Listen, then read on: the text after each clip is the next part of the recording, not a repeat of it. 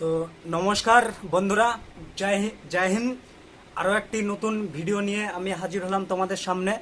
তো আজকে তোমাদের ডাব্লিউপি কেপি প্লাস যে আপকামিং যে এসএসসি জিডির ভ্যাকান্সি আসছে এবং এমটিএস এর ফর্ম ফিল আপ হচ্ছে তার সংক্রান্ত আজকে তোমাদের আমি ২৬ নম্বর জিকে ক্লাস নিয়ে তোমাদের হাজির হলাম আমার চ্যানেলে, রাজু ঘোষ চ্যানেলে। তো চ্যানেলে নতুন হলে চ্যানেলটি অবশ্যই সবাই লাইক করো, কমেন্ট করো এবং ভিডিওটি দেখার শেষে একটি করে সাবস্ক্রাইব করে যেও। দেখো বন্ধুরা, একটি সাবস্ক্রাইব বেশি কিছু না, একটি সাবস্ক্রাইব একটি চ্যানেলকে অনেক দূরে এগিয়ে নিয়ে যেতে পারে। তো আজকে তোমাদের অনেক ধরনের কোশ্চেন আছে, আজকে তোমাদের আমি প্রচুর 50+ কোশ্চেন আলোচনা করব। তো ভিডিওগুলো ভালো লাগলে অবশ্যই দয়া করে বন্ধুদের মাঝে শেয়ার করে দিও। এর থেকে আরও ভালো ভালো ভিডিও তোমাদের এক্সামের আগে, ডাব্লিউপি কেপির এক্সামের আগে আমি তোমাদের প্রচুর পরিমাণে জিকের প্র্যাকটিস করিয়ে দেবো। যেসব জিকে এর বাইরে জিকে আসবে না, 5000+ জিকে করিয়ে দেবো, তার বাইরে কোনো জিকে আসবে না। তো চলো না বকে আজকে ক্লাস শুরু করা যাক। তো চলো নেক্সট আজকে ক্লাস নম্বর 1, মানে 1 নম্বর প্রশ্ন, 26 নম্বর ক্লাসের 1 নম্বর প্রশ্ন। তো 1 নম্বর প্রশ্নটি শুরু করার আগে ভালো করে মন দিয়ে শোনো এবং আমাকে ইউটিউবে রাজু ঘোষ চ্যানেলে কমেন্ট করবে ইউটিউবে। তো চলো, বিদ্যাসাগর যে কলেজ, সেই বিদ্যাসাগর কলেজ বা বিশ্ববিদ্যালয়, আরও একবার বলি প্রশ্নটি ভালো করে শুনবে। বিদ্যাসাগর কলেজ বা বিশ্ববিদ্যালয় এর নাম কি ছিল? বিদ্যাসাগর কলেজ বা বিশ্ববিদ্যালয় এর নাম কি ছিল? তো এই প্রশ্নটির সঠিক অ্যান্সার হয়ে যাবে বিদ্যাসাগর বা বিশ্ববিদ্যালয়। এই তোমার মানে কলেজটির নাম ছিল Hindu metropolitan institute. Hindu metropolitan institute এর নাম হচ্ছে হিন্দু মেট্রোপলিটন ইনস্টিটিউট। খুব ভাইটাল একটি প্রশ্ন, যা বিদ্যাসাগর কলেজ নামে পরিচিত। এই ধরনের প্রশ্ন তোমাদের অনেক সময় এক্সামে চলে আসে এবং এসেওছে। এগুলো আমি যে কোশ্চেনগুলো করাচ্ছি সব তোমাদের প্রিভিয়াস ইয়ারের প্রশ্ন, এর বাইরে জিকের আর কোনো জিকে আসবে না। তো চলো নেক্সট দ্বিতীয় নম্বর প্রশ্ন শুরু করা যাক। দ্বিতীয় নম্বর প্রশ্নটি হচ্ছে তোমার যে ইলবার্ট বিল প্রবর্তনের, ইলবার্ট বিল যে সেই বিল প্রবর্তনের সময় এই ভাইসরাস কে ছিলেন? তো ইলবার্ট যে বিল, সেই বিল প্রবর্তনের সময় ভাইসরাস ছিলেন তোমার লর্ড রিপন। এই প্রশ্নটির সঠিক অ্যান্সার হয়ে যাবে বন্ধুরা তোমার লর্ড রিপন। মানে লর্ড রিপনের সময় ইলবার্ট বিল প্রবর্তনের সময় ভাইসরাস ছিলেন, মানে লর্ড রিপন ইলবার্ট বিল প্রবর্তনের সময় ভাইসরাস ছিলেন। তো এর পাশাপাশি তোমাদের দ্বিতীয় নম্বর প্রশ্নের অ্যান্সার শেষ হলো এবং তৃতীয় নম্বর প্রশ্ন, চলো বন্ধুরা তৃতীয় নম্বর প্রশ্ন শুরু করি। তৃতীয় নম্বর প্রশ্নটি হচ্ছে 1857 সালে যে মহাবিদ্রোহ হয়েছিল তোমরা সবাই জানো। তো 1857 সালে মহাবিদ্রোহের নেতৃত্ব দিয়েছিলেন, মানে 1857 সালে বিদ্রোহে নেতৃত্ব দিয়েছিলেন কে? আরও একবার বলি প্রশ্নটি, 1857 সালে বিদ্রোহে নেতৃত্ব দিয়েছিলেন কে? তো 1857 সালে বিদ্রোহে নেতৃত্ব দিয়েছিলেন, এই প্রশ্নটির সঠিক অ্যান্সার হয়ে যাবে তোমার নানা সাহেব। ভালো করে শুনে নাও, নানা সাহেব হয়ে যাবে এই প্রশ্নটির সঠিক অ্যান্সার। তো এর পাশাপাশি তোমাদের আজকে আমি 3 নম্বর প্রশ্নের অ্যান্সার শেষ করলাম এবং 4 নম্বর প্রশ্নটি বন্ধুরা ভালো করে শোনো, খুব ভাইটাল প্রশ্ন। এই প্রশ্নটি অনেকবার তোমাদের পরীক্ষায় এসছে। তোমার ইন্ডিয়ান মিরর, ভালো করে শোনো, ইন্ডিয়ান মিরর পত্রিকার সম্পাদনা কে করেন বা ইন্ডিয়ান মিরর পত্রিকা কে লেখেন? তো ইন্ডিয়ান মিরর যে পত্রিকা, সেই পত্রিকাটি লেখেন তোমার, এই প্রশ্নটির সঠিক অ্যান্সার হয়ে যাবে কেশবচন্দ্র সেন। ডক্টর কেশবচন্দ্র সেন ইনি ইন্ডিয়ান মিরর পত্রিকা সম্পাদনা করেন। আরও একবার প্রশ্নটি রিপিট করছি, ইন্ডিয়ান মিরর পত্রিকা সম্পাদনা কে করেন? তো ইন্ডিয়ান মিরর পত্রিকা সম্পাদনা করেন হচ্ছে কেশবচন্দ্র সেন। এই প্রশ্নটির সঠিক অ্যান্সার হয়ে যাবে তোমার কেশবচন্দ্র সেন।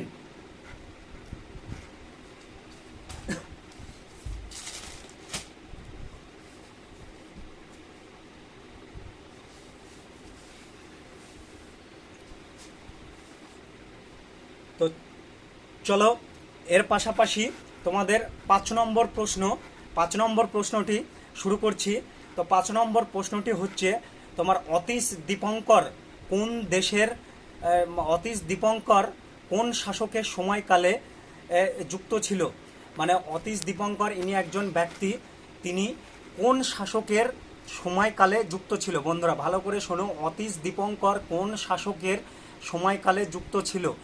তো অতীশ দীপঙ্কর আর যে শাসনকালে যুক্ত ছিল সেই শাসনকালটির নাম হচ্ছে পাল শাসকদের সময় উনি যুক্ত ছিল। পাল বংশ, যে পাল বংশের সময় প্রচুর আছে, ধর্মপাল, গোপাল ইত্যাদি আরও অনেক কিছু আছে। তো পাল, এই প্রশ্নটির সঠিক অ্যান্সার হয়ে যাবে পাল শাসকদের, মানে পাল শাসকদের যখন শাসন চলছিল সেই সময় অতীশ দীপঙ্কর শাসকের সময়কালে সঙ্গে যুক্ত ছিল।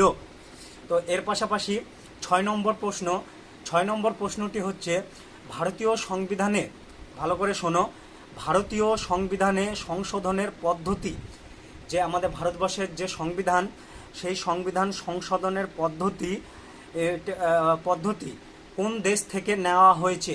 এই প্রশ্নটি খুব ভাইটাল প্রশ্ন বন্ধুরা। দেখো, এই ধরনের মানে ইজিলি প্রশ্ন, কিন্তু এই প্রশ্নই তোমাদের মানে এক্সামে দিয়ে দেয়। তো ভারতীয় সংবিধান, যে দেশের সংবিধান মানে সংবিধান সংশোধনের পদ্ধতি যে দেশের সংবিধান থেকে নেওয়া হয়েছে সেই দেশটি হলো, এই প্রশ্নটি সঠিক অ্যান্সার হয়ে যাবে বন্ধুরা, দক্ষিণ আফ্রিকা দেশ থেকে নেওয়া হয়েছে। ভারতীয় সংবিধান সংশোধনের পদ্ধতি দক্ষিণ আফ্রিকা দেশ থেকে নেওয়া হয়েছে। ভালো করে মনে রাখবে, এটি খুব গুরুত্বপূর্ণ ভাইটাল প্রশ্ন। তো এর পাশাপাশি চলো 7 নম্বর প্রশ্ন। 7 নম্বর প্রশ্নটি হচ্ছে মোটরের ক্ষেত্রে, মানে যে মোটর বাইক বা যে মোটর, জল তোলার মোটর, পাম্পের মোটর, মানে একটা মোটর জাতীয় যে জিনিসগুলো, তো মোটরের ক্ষেত্রে কোন শক্তি ব্যবহার করা হয়?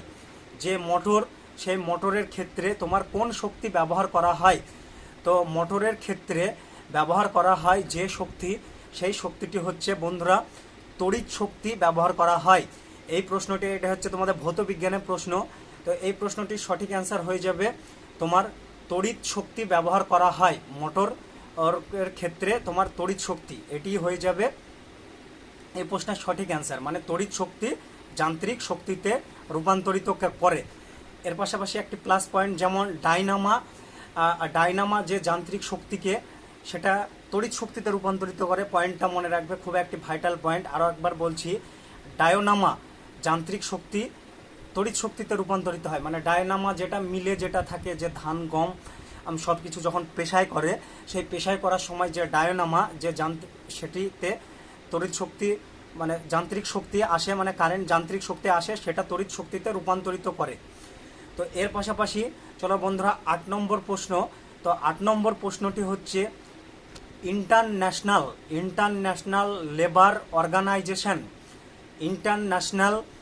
লেবার অর্গানাইজেশন প্রতিষ্ঠিতা হয়েছিল কত সালে? তো এই প্রশ্নটি আরও একবার রিপিট করছি, ইন্টারন্যাশনাল লেবার অর্গানাইজেশন প্রতিষ্ঠিতা হয়েছিল তোমার 1919 সালে। এই প্রশ্নটির সঠিক অ্যান্সার হয়ে যাবে, এই প্রশ্নটির কারেক্ট অ্যান্সার 1919 সালে। তো চলো 8 নম্বর, এর পাশাপাশি তোমাদের 8 নম্বর প্রশ্ন শেষ হলো। এবার 9 নম্বর প্রশ্ন। 9 নম্বর প্রশ্ন, বাংলা আক্রমণ করেছিলেন কে? মানে আমাদের যে পশ্চিম বাংলা, সেই বাংলা আক্রমণ করেছিলেন কে? তো বাংলা আক্রমণ করেছিল তোমার, এই প্রশ্নটির সঠিক অ্যান্সার হয়ে যাবে প্রথম রাজেন্দ্র চোল। প্রথম যে রাজেন্দ্র চোল যে একজন রাজা, সেই রাজাই বাংলা আক্রমণ করেছিল। তো এর পাশাপাশি আরও একটি পয়েন্ট, মধ্যযুগীয় চোল রাজা, মধ্যযুগীয় যে চোল রাজা প্রথম রাজেন্দ্র চোল, মধ্যযুগীয় যে চোল রাজা প্রথম রাজেন্দ্র চোল 1919 থেকে 1024 সালের মধ্যে উত্তর ভারতের একটি অভিযানে নেতৃত্ব দিয়েছিলেন। এটি নেতৃত্ব দিয়েছিলেন এই অভিযানটি ভেঙ্গি, তারপরে মালিঙ্গ, ওড়া, তারপরে ওক্তা এবং বাংলার যে রাজ্য, সেই রাজ্যগুলো তোমার অতিক্রম করে গঙ্গা নদীতে এসে পৌঁছেছিল। তো এই পয়েন্টগুলো মনে রাখবে, পয়েন্টগুলো তোমাদের সুবিধার জন্যই বললাম। শেষমেশ তারা মানে রাজ্য দখল করে তোমার গঙ্গা নদীতে এসে পড়েছিল, মানে লাস্ট আমাদের ওয়েস্ট বেঙ্গল গঙ্গা নদীতে এসে আমাদের মানে বাংলা আক্রমণ করে, যে চোল রাজেন্দ্র চোল 1919 সালে বাংলা আক্রমণ করে, এটাই বোঝাতে চেয়েছে। তো 10 নম্বর প্রশ্নটি হচ্ছে ভারতীয় সংবিধানের ভারতীয় যে সংবিধান, সেই সংবিধানে সরকারি চাকরিতে মানে চাকরিগুলিতে সকলের সমান অধিকার বিষয়টি কত নম্বর ধারায় রয়েছে? খুব একটি গুরুত্বপূর্ণ ভাইটাল প্রশ্ন তোমার রাষ্ট্রবিজ্ঞান থেকে। ভারতীয় সংবিধানের যে সরকারি চাকরিগুলিতে সকলের মানে ভারতবর্ষে যে ধরনের সরকারি চাকরি আছে, সেই সরকারি চাকরিতে সবারই সমান অধিকার, মানে সবাই ডোম চাড়াল মুচি হিন্দু খ্রিস্টান জৈন বৌদ্ধ পার্সি সবাই সমান অধিকার, মানে সবাই তার যোগ্যতা অনুযায়ী ফর্ম ফিল আপ করতে পারবে। এটি কোন কত নম্বর ধারায় আছে? তো এটি যত নম্বর ধারায় আছে সেই ধারাটি হচ্ছে 16 নম্বর ধারা। এর পাশাপাশি আরও কিছু পয়েন্ট তোমাদের বলে রাখি। পয়েন্টগুলো হচ্ছে আর্টিকেল 15 যে ধারা, সেই আর্টিকেল 15 নম্বর ধারায় বলা হয়েছে যে তোমার এই আর্টিকেল যে ধারাগুলো পরপর বলছি বন্ধুরা, এই ধারাগুলো অবশ্যই তোমরা মনে রাখবে। তো আর্টিকেল যে 15 নম্বর ধারা, সেই 15 নম্বর ধারায় বলা হয়েছে যে ধর্ম জাতি যার লিঙ্গ বা জন্মস্থানের ভিত্তিতে ভেদাভেদ না করা। মানে 15 নম্বর আর্টিকেল যে 15, সেই 15 নম্বর ধারাতে বলা হয়েছে ধর্ম জাতি যার লিঙ্গ বা জন্মস্থানের ভিত্তিতে ভেদাভেদ না করা, মানে লিঙ্গ জন্মস্থানের ভিত্তিতেই সেটাকে ভেদাভেদ না করার কথায় বলা হয়েছে আর্টিকেল 15 নম্বর ধারায়। এবং আর্টিকেল 17 নম্বর ধারায় কি বলা হয়েছে দেখো বন্ধুরা, এইভাবে তোমাদের ডাব্লিউতে প্রশ্ন তুলে দিতে পারে যে আর্টিকেল 17 নম্বর ধারায় কি বলা হয়েছে, তোমাদের লেখা থাকবে, সেখানে তোমাদের গোল চিহ্ন মারতে বলবে। তো এইভাবে প্রশ্নগুলো আসে সাজিয়ে। তো আর্টিকেল 17 নম্বর ধারায় বলা হয়েছে যে অস্পৃশ্যতা দূরীকরণ, যে অস্পৃশ্যতা দূরীকরণ বা ABOLITOAN অ্যাবলাইজেশন অফ UNTOUCHABILTY অ্যান্টিবিলিটি ইত্যাদি। এবং আর্টিকেল 18 নম্বর ধারায়, আর্টিকেল যে 18, সেই 18 নম্বর ধারায় উপাধি রোধ করা, এটাই বোঝাতে চেয়েছে। তো চলো নেক্সট 11 নম্বর প্রশ্ন। 11 নম্বর প্রশ্নটি ভালো করে শোনো। তো 11 নম্বর প্রশ্নটি হচ্ছে জাতীয় নিউট্রিশন ইনস্টিটিউট কোথায় অবস্থিত?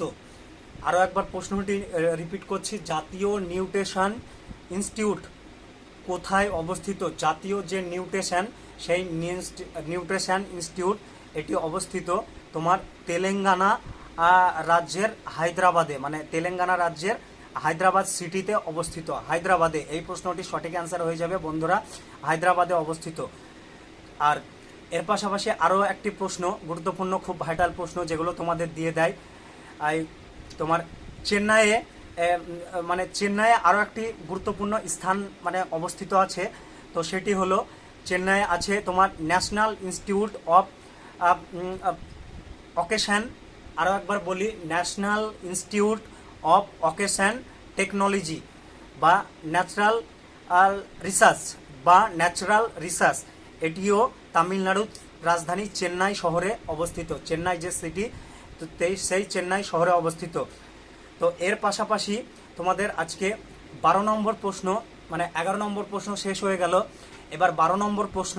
তো 12 নম্বর প্রশ্ন শুরু করি। তো 12 নম্বর প্রশ্নটি হচ্ছে তোমার অ্যান্টি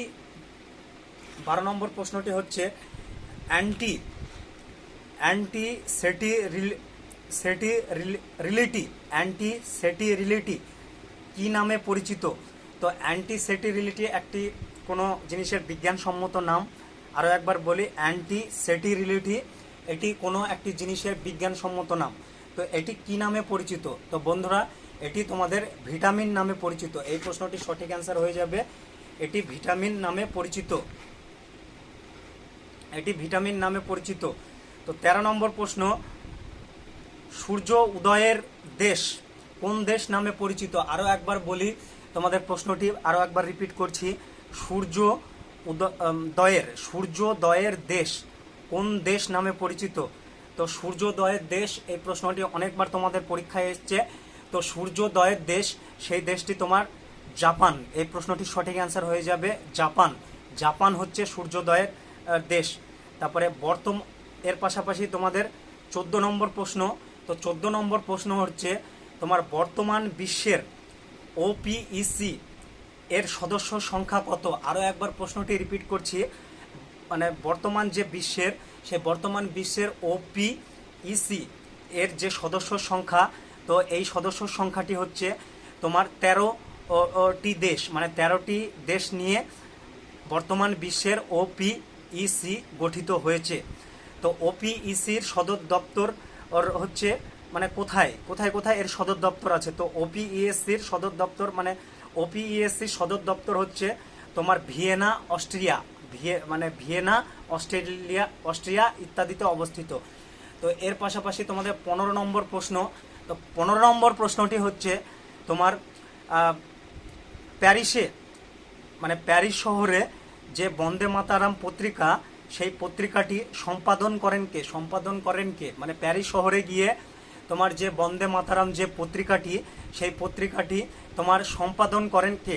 তো প্যারিস শহরে গিয়ে বন্ধুরা বন্দে মাতারাম যে পত্রিকাটি, সেই পত্রিকাটি সম্পাদন করেন, এই প্রশ্নটির সঠিক অ্যান্সার হয়ে যাবে তোমার মাদাম কামা প্যারিস শহরে গিয়ে তোমার বন্দে মাতারাম পত্রিকাটির সম্পাদনা করেন। এই প্রশ্নটির সঠিক অ্যান্সার মাদাম কামা। তো এর পাশাপাশি তোমার 16 নম্বর প্রশ্ন, তোমার এডিস মশা, যে এডিস মশা, সেই এডিস মশার কারণে কি রোগ হয়? আরও একবার প্রশ্নটি রিপিট করছি। তো এডিস মশা, সেই এডিস মশার কারণে কি রোগ হয়? তো এডিস যে মশা, সেই এডিস মশার কারণে তোমার এই প্রশ্নটির ডেঙ্গু রোগ, সেই ডেঙ্গু রোগ হয় এডিস মশার কারণে। তো এই প্রশ্নটির সঠিক অ্যান্সার হয়ে যাবে তোমার ডেঙ্গু।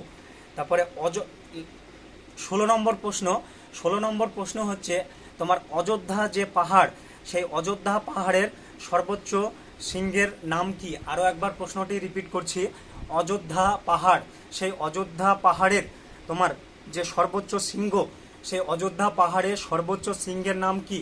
তো অযোধ্যা পাহাড়ের সর্বোচ্চ শৃঙ্গের নাম হচ্ছে তোমার গোগাবুড়ু। অযোধ্যা পাহাড়ের সর্বোচ্চ শৃঙ্গের নাম গোগাবুড়ু। এটা তোমাদের ভূগোল থেকে প্রশ্নটি অবশ্যই মনে রাখবে। এই ধরনের প্রশ্ন তোমাদের চলে আসবে আপকামিং এক্সামে, ডাব্লিউবিতেও আসে এবং এসএসসি জিডিতেও এরকম প্রশ্ন আসে। তো এর পাশাপাশি তোমার 16 নম্বর প্রশ্নের অ্যান্সার শেষ হলো। তো এবার তো আমরা 17 নম্বর প্রশ্নের অ্যান্সার শুরু করতে যাচ্ছি। তো 17 নম্বর প্রশ্নের অ্যান্সার শুরু করার আগে দেখো বন্ধুরা, যে আমি ভিডিওগুলো বানাচ্ছি এত কষ্ট করে, বন্ধুরা আমার মোবাইল ভালো না, ক্যামেরা অতটা ভালো না, কিন্তু আমি আমার নিজের ট্যালেন্ট থেকে যেগুলো পড়াচ্ছি সেগুলো তোমাদের সামনে আমি তুলে ধরছি। তো আশা করছি এই প্রশ্নগুলো তোমরা পড়াশোনা করলে তোমাদের ভবিষ্যতে অবশ্যই কাজে লাগবে ডাব্লিউবি কেপির পরীক্ষায়। তো এর বাইরে আর কোনো ধরনের প্রশ্ন আসবে না। এর পাশাপাশি আমি তোমাদের 5000+ প্রশ্ন করিয়ে দেব। তো অবশ্যই ভিডিওটি ভালো লাগলে বন্ধুদের মাঝে শেয়ার করে দিও, লাইক করো এবং বেশি বেশি করে কমেন্ট করে দিও। তো চলো, এর পাশাপাশি আজকে 18 নম্বর প্রশ্ন। তো 17 নম্বর প্রশ্ন। তো 17 নম্বর প্রশ্ন হচ্ছে ভারতবর্ষের সবচেয়ে বড় যে সেচ খাল, তো ভারতবর্ষের সবচেয়ে বড় যে সেচ খাল, সেই সেচ খাল কোনটি? আরও একবার প্রশ্নটি বলছি, ভারতবর্ষের সবচেয়ে বড় যে সেচ খাল, সেই সেচ খাল কোনটি? তো ভারতবর্ষের তোমার সবচেয়ে বড় যে সেচ খাল, তো সেই সেচ খালটি হচ্ছে ইন্দিরা গান্ধী জাতীয় সেচ খাল। আরও একবার রিপিট করছি, ভারতবর্ষের সবচেয়ে বড় সেচ খাল হচ্ছে ইন্দিরা গান্ধী জাতীয় সেচ খাল। তো এর পাশাপাশি 18 নম্বর প্রশ্নটি হচ্ছে তোমার জারোরা উপজাতি কোন রাজ্যে দেখা যায়?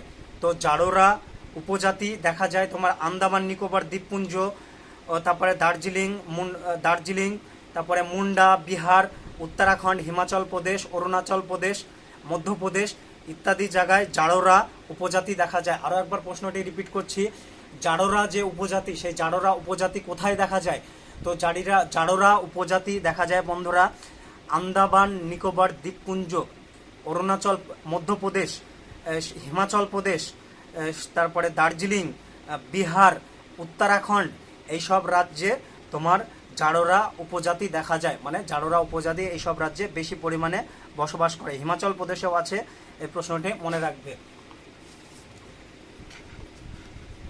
চলো এর পাশাপাশি এবার তোমাদের আমি 19 নম্বর প্রশ্নটি তোমাদের সামনে প্রেজেন্টেশন করছি বা আলোচনা করছি।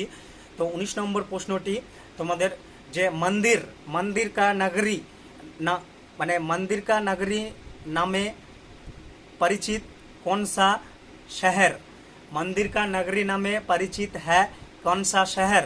तो मंदिर का नगरी नामे परिचित शहर होगा, इस प्रश्न का सही आंसर तुम्हारा बिष्णुपुर, जो वेस्ट बंगाल राज्य में उसका स्थित है। इस प्रश्न का आंसर है बिष्णुपुर। तापर 20 नंबर प्रश्न, चलिए 20 नंबर प्रश्न शुरू करता है। तो 20 नंबर प्रश्न है BISNUPUR, आरो एक बार रिपीट करছি সংক্ষেপে নামটি BISNUPUR, the TEMPLECTI, temple city of West Bengal, माने Bishnupur the temple city of West Bengal বলে মানে অবস্থিত। তারপরে 20 নম্বর প্রশ্ন একটি খুব ভালো প্রশ্ন, নাসিক অবস্থিত কোন নদীর তীরে। বন্ধুরা নাসিক যে শহর, নাসিক সম্ভবত মহারাষ্ট্রে পড়ছে, মহারাষ্ট্রের মধ্যে পড়ছে, মহারাষ্ট্র রাজ্যের মধ্যে। তো নাসিক শহরটি কোন নদীর তীরে অবস্থিত। তো যে নাসিক যে শহর, সেই শহরটি তোমার গোদাবরী নদীর তীরে অবস্থিত। বন্ধুরা এই প্রশ্নটির সঠিক অ্যান্সার হয়ে যাবে তোমার গোদাবরী নদীর তীরে নাসিক শহর অবস্থিত। তারপরে এর পাশাপাশি 21 নম্বর প্রশ্ন হচ্ছে ভারতবর্ষে সবথেকে বেশি পরিমাণে কফি, যে আমরা কফি যে পান করি, সেই কফি সবথেকে বেশি পরিমাণে তোমার কোন রাজ্যে উৎপাদন করা হয় বা খেতি করা হয়, মানে চাষ করা হয় এক কথায় বলতে পারো। তো ভারতবর্ষে সবথেকে বেশি পরিমাণে কফির চাষ করা হয় তোমার কর্ণাটক রাজ্যে। কর্ণাটক যে রাজ্য, সেই রাজ্যে সবথেকে বেশি পরিমাণে কফির চাষ করা হয়। যেমন চা সবথেকে বেশি চাষ করা হয় তোমার ভারতবর্ষের সবথেকে টপ চা উৎপাদনে হচ্ছে আসামের ডিব্রুগড়, এই প্রশ্নটি মনে রাখবে।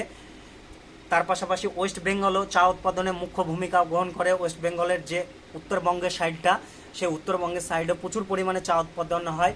পৃথিবীর মধ্যে সুবিখ্যাত চা হচ্ছে দার্জিলিং চা, এই প্রশ্নটিও মনে রাখবে। দার্জিলিংয়ের চা পৃথিবীর মধ্যে সবথেকে সুগন্ধিযুক্ত চা। তো এর পাশাপাশি তোমার 22 নম্বর প্রশ্ন, চলো 22 নম্বর প্রশ্নটি শুরু করছি। তো 22 নম্বর প্রশ্নটি হচ্ছে ভুট্টা উৎপাদনে প্রথম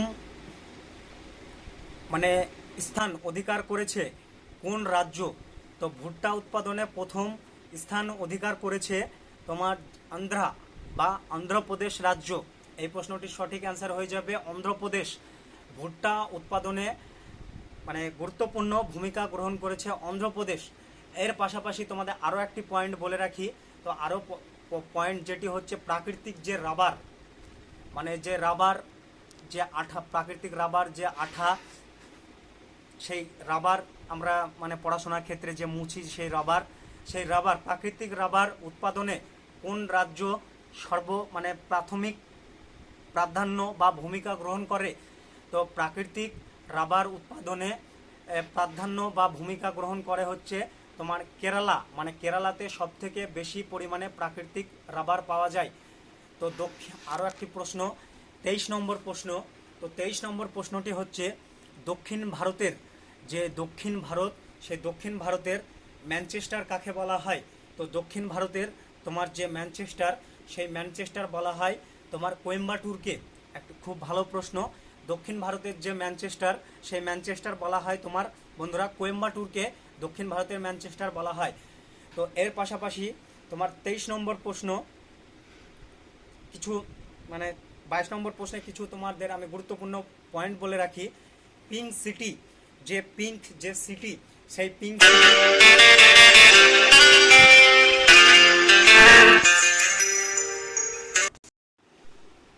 তো চলো বন্ধুরা এর পাশাপাশি তোমার 24 নম্বর প্রশ্ন।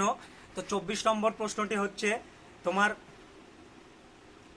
পিঙ্ক সিটি, পিঙ্ক সিটি, তো পিঙ্ক সিটি নামে পরিচিত ভারতবর্ষের কোন শহর? তো পিঙ্ক সিটি নামে পরিচিত ভারতবর্ষের যে শহর, সেই শহরটি হচ্ছে পিঙ্ক সিটি নামে পরিচিত হচ্ছে রাজস্থানের জয়পুর শহর। তো এই প্রশ্নটির অ্যান্সার হয়ে যাবে বন্ধুরা রাজস্থানের জয়পুর শহর। খুব ভালো একটি প্রশ্ন, পিঙ্ক সিটি নামে পরিচিত কোন শহর? এই ধরনের প্রশ্ন তোমাদের অনেকবার পরীক্ষাতে চলে আসে, পিঙ্ক সিটি নামে পরিচিত। তারপরে ব্লু সিটি, ব্লু সিটি নামে পরিচিত কোন শহর? এটি একটি তোমাদের পয়েন্ট। ব্লু সিটি নামে পরিচিত কোন শহর? তো ব্লু সিটি নামে পরিচিত হচ্ছে যোধপুর সিটি। যোধপুর সিটি হচ্ছে ব্লু সিটি নামে পরিচিত। তো এর পাশাপাশি তোমাদের 24 নম্বর প্রশ্ন। তো 24 নম্বর,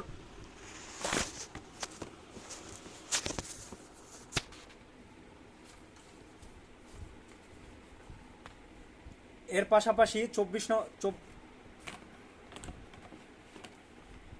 নম্বর প্রশ্ন। তো 24 নম্বর প্রশ্ন হচ্ছে তোমার নামখানা জাতীয় অরণ্য, নামখানা, যে নামখানা জাতীয় অরণ্য, সেই নামখানা জাতীয় অরণ্য কোথায় অবস্থিত?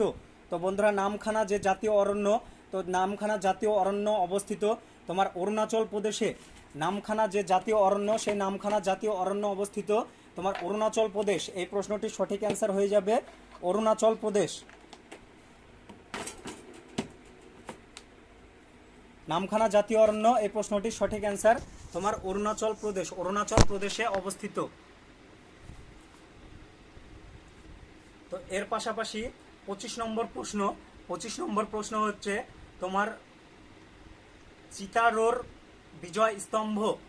আরও একবার প্রশ্নটি রিপিট করছি, চিতারোর বিজয় স্তম্ভ তৈরি করেন কে? আরও একবার প্রশ্নটি খুব ভালো প্রশ্ন, এই প্রশ্নটি চিতারোর বিজয় স্তম্ভ কে তৈরি করেন?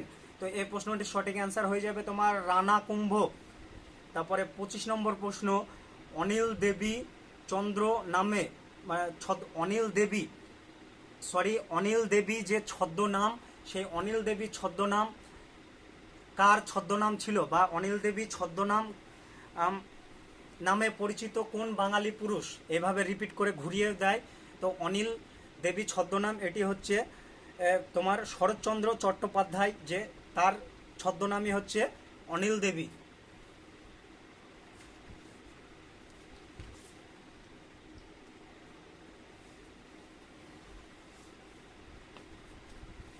তো চলো নেক্সট বন্ধুরা, আরও প্রশ্ন আছে, ভিডিওটি কেউ স্কিপ করে যাবে না, আরও ভালো ভালো প্রশ্ন আছে। আর তোমাদের 7-8 মিনিট পড়াবো, তাহলেই নেক্সট দেখা হবে কালকের ক্লাসে। তো চলো আরও কিছু কিছু প্রশ্ন আমি তোমাদেরকে বলে দিচ্ছি, খুব ভালো ভালো প্রশ্ন আছে। তো প্রশ্নটি হচ্ছে কলিঙ্গ পুরস্কার আর কেন দেওয়া হয়? তো এই প্রশ্নটি খুব ভালো এবং ভাইটাল প্রশ্ন। কলিঙ্গ যে পুরস্কার, সেই কলিঙ্গ পুরস্কার কেন দেওয়া হয়?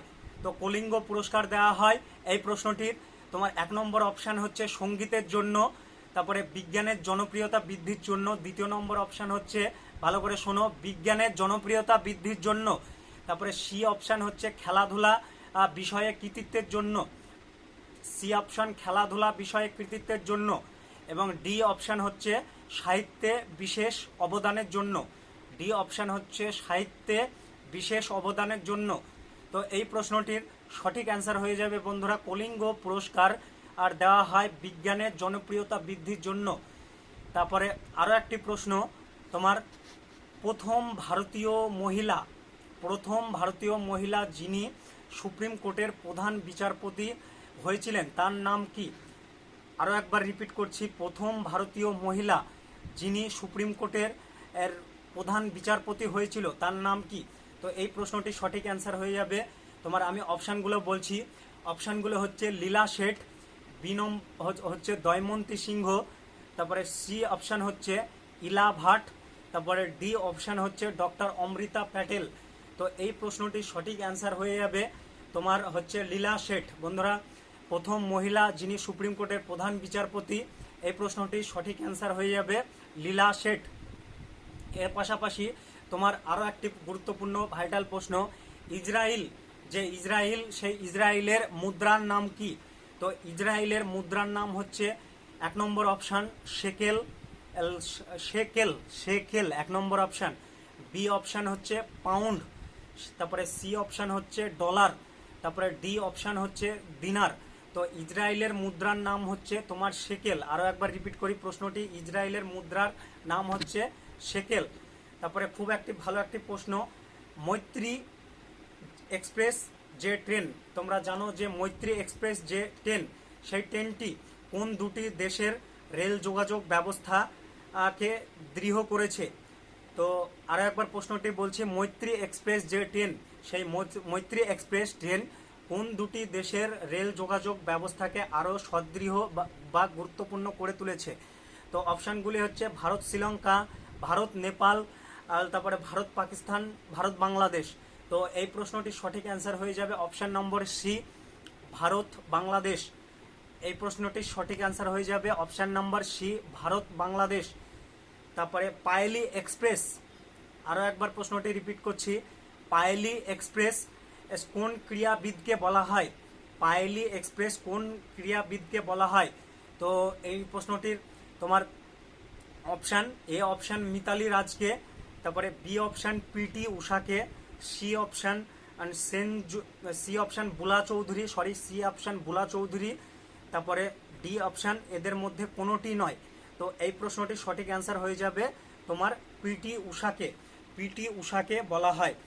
তারপরে নেক্সট প্রশ্নটি হচ্ছে তোমার হল্যান্ডের বর্তমান নাম কি? যে হল্যান্ডের বর্তমান নাম কি? তো হল্যান্ডের বর্তমান নাম হচ্ছে, এই প্রশ্নটির সঠিক অ্যান্সার হয়ে যাবে, তোমরা গেস করো, এই প্রশ্নটি আমি বলবো না। হল্যান্ডের বর্তমান নাম হচ্ছে, আমি তোমাদেরকে অপশানগুলো বলে দিচ্ছি, তোমরা আমাকে কমেন্ট করবে ইউটিউবে, এটা তোমাদের হোমওয়ার্ক দেওয়া থাকলো। তো হল্যান্ডের বর্তমান নাম হচ্ছে নেদারল্যান্ড, গ্রিনল্যান্ড, ডাচ, ফিনল্যান্ড। এই প্রশ্নটি আমাকে জানাবে। তো এর পাশাপাশি তোমাদের আরও একটি প্রশ্ন, ভালো এবং গুরুত্বপূর্ণ আজকের পাঠের সবথেকে ভাইটাল প্রশ্ন, দ্য টাইমস কোন দেশের সংবাদপত্র? মানে দ্য টাইমস যে পত্রিকা, সেই পত্রিকাটি কোন দেশের সংবাদপত্র? দ্য টাইমস যা পত্রিকা, এই পত্রিকাটি হচ্ছে তোমার 1 নম্বর অপশান হচ্ছে লন্ডন, তারপরে 2 নম্বর অপশান হচ্ছে মস্কো, তারপরে 3 নম্বর অপশান হচ্ছে করাচি, 4 নম্বর অপশান হচ্ছে রাশিয়া। তো এই প্রশ্নটির সঠিক অ্যান্সার, গুরুত্বপূর্ণ সঠিক অ্যান্সার হয়ে যাবে তোমার লন্ডন। যে দ্য টাইমস পত্রিকা সবাই জানো, এটি তোমার বন্ধুরা লন্ডনের পত্রিকা। তারপরে গোলাপি বিপ্লব, এটা তোমাদের ভূগোল থেকে প্রশ্ন, গোলাপি যে বিপ্লব, সেই গোলাপি বিপ্লব কিসের সঙ্গে যুক্ত, মানে কোন ফসলের সঙ্গে যুক্ত সেটি বলতে চেয়েছে। তো গোলাপি যে বিপ্লব, সেই বিপ্লবটি তোমার যুক্ত তুলো, 1 নম্বর অপশান হচ্ছে তুলো, 2 নম্বর অপশান হচ্ছে রসুন, 3 নম্বর অপশান হচ্ছে আঙুর, 4 নম্বর অপশান হচ্ছে পেঁয়াজ। তো গোলাপি বিপ্লব এটি হচ্ছে যুক্ত তোমার পেঁয়াজের সঙ্গে। এই প্রশ্নটির সঠিক অ্যান্সার হয়ে যাবে গোলাপি বিপ্লব পেঁয়াজের সঙ্গে যুক্ত। তারপরে আরও একটি প্রশ্ন, গুরুত্বপূর্ণ ভাইটাল প্রশ্ন, রাজ্যগুলোর মধ্যে কোনটিতে আজও পঞ্চায়েতি রাজ চালু হয়নি? মানে ভারতবর্ষে যতগুলো রাজ্য আছে, কেন্দ্রশাসিত অঞ্চল আছে, তার মধ্যে এখন পর্যন্ত পঞ্চায়েতি রাজ চালু হয়নি। তো সেই পঞ্চায়েতি রাজ চালু হয়নি, সেটা হচ্ছে কোন স্টেটে বা রাজ্যে? তো এই প্রশ্নটির সঠিক অ্যান্সার হয়ে যাবে 1 নম্বর অপশান নাগাল্যান্ড, 2 নম্বর অপশান হচ্ছে বন্ধুরা পশ্চিমবঙ্গ, 4 নম্বর অপশান হচ্ছে বিহার, আর তারপরে নেক্সট অপশান হচ্ছে উড়িষ্যা। তো এই প্রশ্নটির সঠিক অ্যান্সার হয়ে যাবে নাগাল্যান্ড। তারপরে 2017 সালে সরস্বতী, প্রশ্নটি ভালো করে শোনো, গুরুত্বপূর্ণ প্রশ্ন, 2017 সালে সরস্বতী সম্মান, সেই সরস্বতী সম্মান কে পেয়েছিল? আরও একবার বলি, 2017 সালে সরস্বতী সম্মান, সেই সরস্বতী সম্মান কে পেয়েছিল? তো 2017 সালে সরস্বতী সম্মান পেয়েছিল, এই প্রশ্নটির সঠিক অ্যান্সার হয়ে যাবে শীতাংশু যশচন্দ্র। এই প্রশ্নটির সঠিক অ্যান্সার। তো এর পাশাপাশি বন্ধুরা আজকে 26 নম্বর টপিক শেষ করলাম। তো ভিডিওটি ভালো লাগলে অবশ্যই একটু করে লাইক করে দিও এবং কমেন্ট করে দিও, এবং চ্যানেলে নতুন হলে চ্যানেলটি অবশ্যই একটি সাবস্ক্রাইব করে যেও। তো এর পাশাপাশি আরও কালকে তোমাদের গুরুত্বপূর্ণ আরও ক্লাস নিয়ে হাজির হব। তো বন্ধুরা সবাই ভালো থেকো, সুস্থ থেকো এবং তৈরি জোরদার সে শুরু করো। তো টাটা, বাই বাই, নমস্কার, বন্দে মাতরম।